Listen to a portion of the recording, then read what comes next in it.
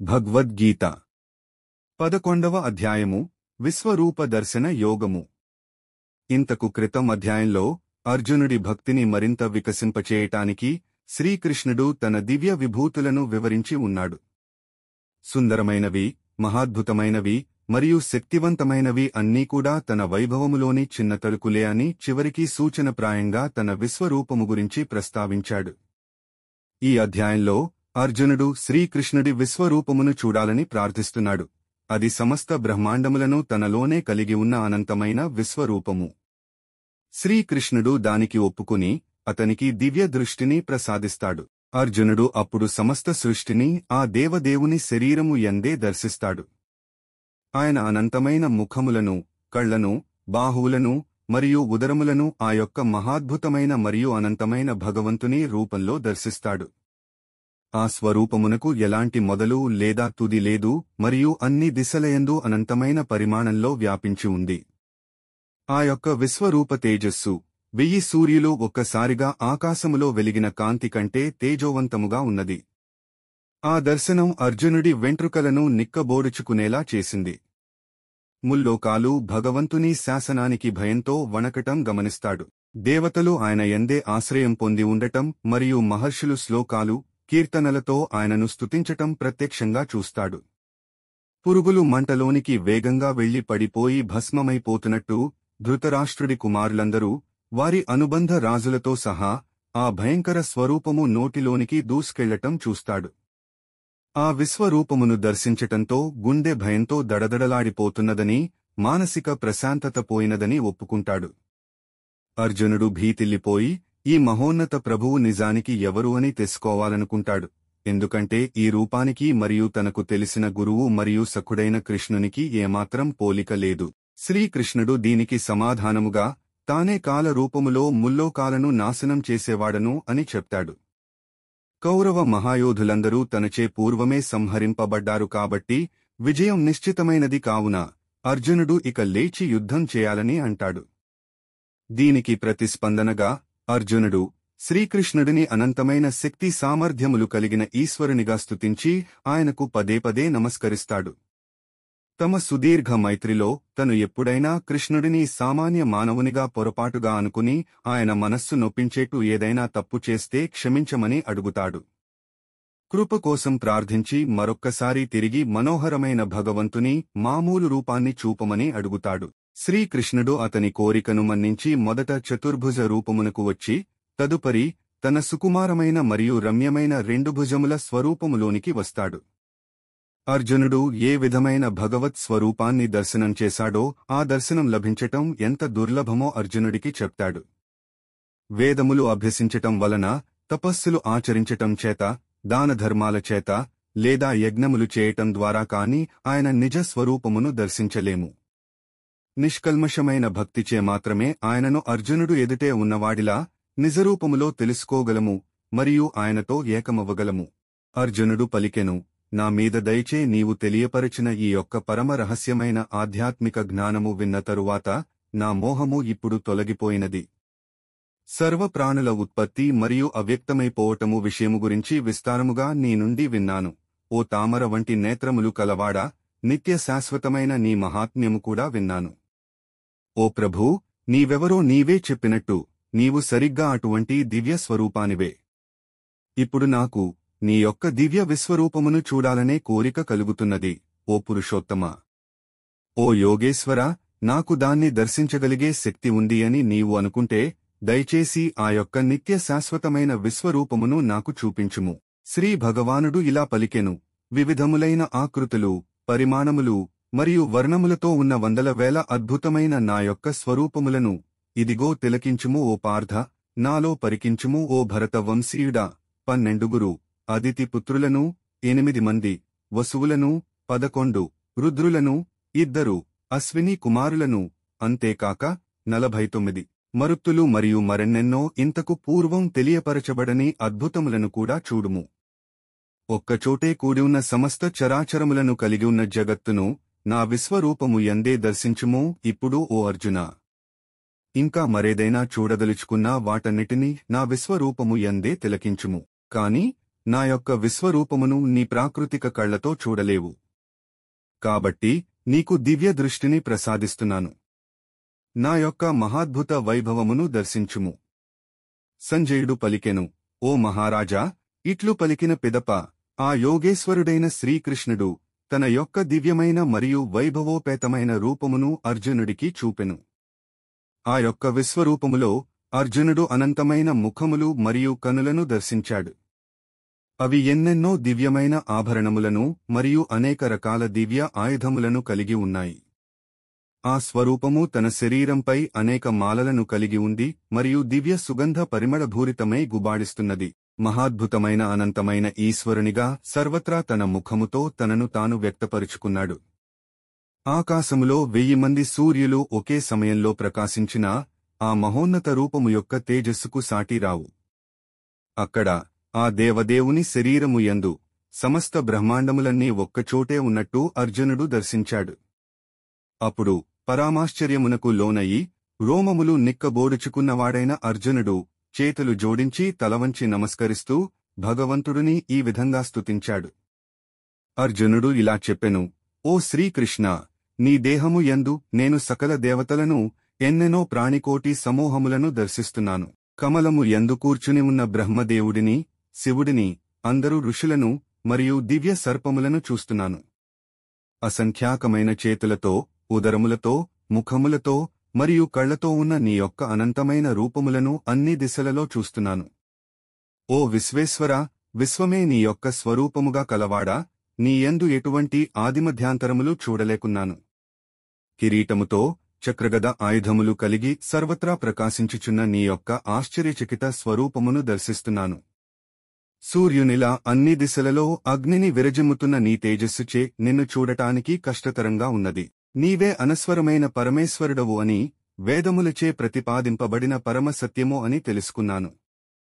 నీవే సమస్త సృష్టికి ఆధారము, నీవే సనాతన ధర్మమునకు నిత్య రక్షకుడవు, నీవే నిత్య శాశ్వతమైన సర్వోత్కృష్ట భగవంతుడవు. నీవు ఆదిమధ్యనంతము లేనివాడవు, నీ శక్తి అపరిమితమైనది.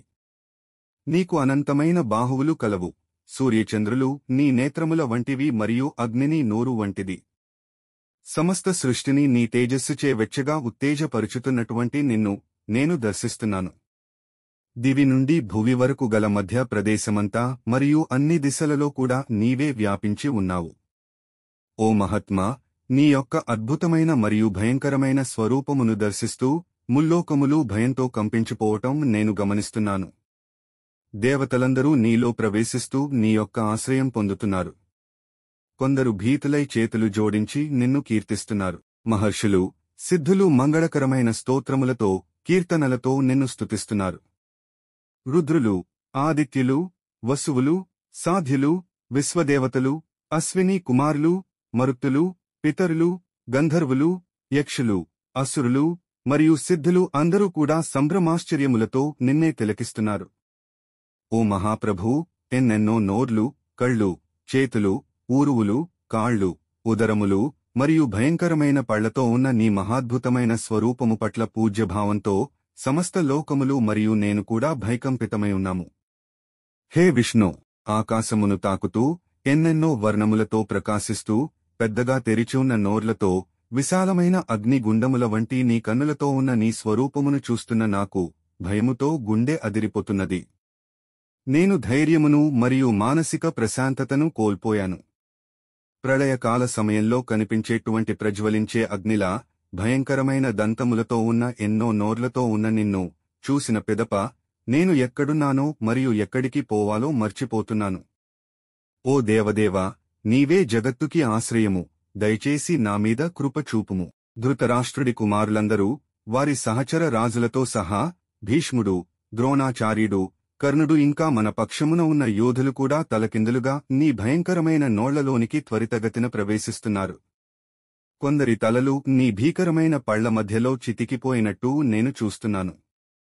ఎన్నో నదుల నీటి తరంగాలు సముద్రములోనికి వేగంగా పారుతూ వచ్చి కలిసిపోయినట్లు ఈ గొప్ప గొప్ప యోధులు అందరూ నీ ప్రజ్వలించే నోర్లలోనికి ప్రవేశిస్తున్నారు. అగ్గిపురుగులు ఎలాగైతే అత్యంత వేగముతో వచ్చి మంటలో పడి నాశనమైపోతాయో ఈ యొక్క సైన్యములు కూడా నీ నోర్లలోనికి ప్రవేశిస్తున్నారు. నీ యొక్క భయంకరమైన నాలుకలతో అన్ని దిక్కులా ఎన్నెన్నో ప్రాణులను గ్రసించివేస్తూ నీ యొక్క ప్రజ్వలిత నోళ్లతో వారిని కబళించివేస్తున్నావు. హే విష్ణు, నీవు సమస్త జగత్తును నీ యొక్క భయంకరమైన సర్వవ్యాప్తమైన తేజో కిరణాలతో తపింపచేయుచున్నావు. నీవెవరో తెలియచేయుము ఓ భయంకర రూపము కలవాడా. ఓ దేవదేవా, నీ ముందు ప్రణమిల్లుతున్నాను, దయచేసి నాపై కృప చూపుము. సమస్త సృష్టికి ముందే ఉన్న నీ గురించి నీవెవరో తెలుసుకోగోరుతున్నాను, ఎందుకంటే నీ స్వభావము మరియు వ్యవహారమును నేను అర్థం చేసుకోలేకున్నాను. శ్రీ భగవానుడు ఇలా పలికెను, నేనే మహాకాలమును, సమస్త లోకములను సర్వనాశనము చేసే మూలకారణమును. నీ యొక్క ప్రమేయం లేకున్నను ప్రతిపక్షమున నిలిచి ఉన్న యోధులు ఎవ్వరూ మిగలరు, నశిస్తారు. కాబట్టి ఓ సవ్యసాచి, లెమ్ము, కీర్తిని పొందుము. శత్రువులను జయించుము మరియు సర్వసంపదలతో ఉన్న సామ్రాజ్యమును అనుభవించుము. ఈ యోధులు ఇంతకు పూర్వమే నాచే సంహరింపబడి ఉన్నారు, కేవలం నా పనిలో ఒక పనిముట్టుగా ఉండగలవు. ద్రోణాచార్యుడు, భీష్ముడు, జయద్రథుడు, కర్ణుడు, ఇంకా ఇతర వీరయోధులు అందరూ నాచే ఇప్పటికే సంహరింపబడ్డారు. కాబట్టి వ్యాకుల పడకుండా వారిని అంతం చేయుము. కేవలం పోరాడుము, నీవు ఈ యుద్ధములో శత్రువులపై విజయం సాధిస్తావు. సంజయుడు పలికెను. కేశవుడు పలికిన మాటలు విన్న తరువాత అర్జునుడు భీతితో వణికిపోయాడు. చేతులు జోడించి శ్రీకృష్ణుడి ఎదుట వంగి నమస్కరిస్తూ భయము ఆవరించి గద్గద స్వరముతో ఇలా పలికెను. అర్జునుడు పలికెను, హే హృషికేశ, ఇంద్రియములకు అధిపతి, సమస్త జగత్తు నిన్ను కీర్తించుచూ ఆనందహర్షములతో ఉన్నది, మరియు నీ పట్ల ప్రేమతో నిండిపోయినది. ఇది సముచితమే. రాక్షసులు భయముతో భీతిల్లి నీ నుండి దూరముగా అన్ని దిక్కులలో పారిపోతున్నారు, మరియు ఎంతోమంది సిద్ధగణములు నీకు ప్రణమిల్లుతున్నారు.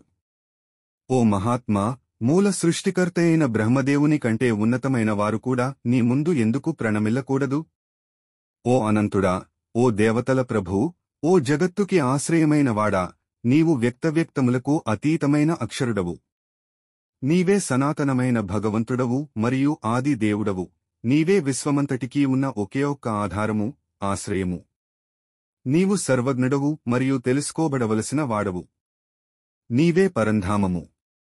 ఓ అనంతరూప, నీవే సమస్త జగత్తుయందు వ్యాపించి ఉన్నవాడవు. నీవే వాయుదేవుడవు, యమధర్మరాజువు, అగ్నిదేవుడవు, వరుణదేవుడవు మరియు చంద్రుడవు.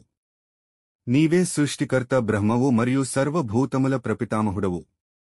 నీకు నేను వేలసార్లు నమస్కరిస్తున్నాను, మరల నమస్కరిస్తున్నాను. అనంతమైన శక్తి సామర్థ్యములు కల ప్రభూ, నీకు ఎదురుగా ఉండి మరియు వెనుక నుండి కూడా నమస్కరిస్తున్నాను, నిజానికి అన్ని వైపుల నుండి నమస్కరిస్తున్నాను. నీవు అనంతమైన సామర్థ్యము, పరాక్రమము కలిగిన వాడివై అన్నింటా వ్యాపించి ఉన్నావు, అందుకే సమస్తమూ నీ స్వరూపమే. నీవు నా సఖుడవు, మిత్రుడవు అనుకుంటూ అతి చనువుతో నిన్ను ఓ కృష్ణ, ఓ యాదవ, ఓ నా ప్రియమిత్రమా అని పిలిచాను. నీ మహత్వము తెలియక నిర్లక్ష్యముగా అతి చనువుతో ప్రవర్తించాను. ఆడుకుంటున్నప్పుడు కాని, విశ్రాంతి తీసుకుంటున్నప్పుడు కాని, కూర్చున్నప్పుడు కాని, భోజనం చేస్తున్నప్పుడు కాని, ఏకాంతముగా ఉన్నప్పుడు కాని లేదా ఇతరుల సమక్షంలో కాని, ఒకవేళ నీ పట్ల హాస్యానికైనా నేను అమర్యాదతో ప్రవర్తించినట్లయితే వాటన్నిటికీ నేను క్షమాపణలను వేడుకుంటున్నాను. నీవే సమస్త విశ్వమునకు, చరాచర ప్రాణులన్నిటికీ తండ్రివి.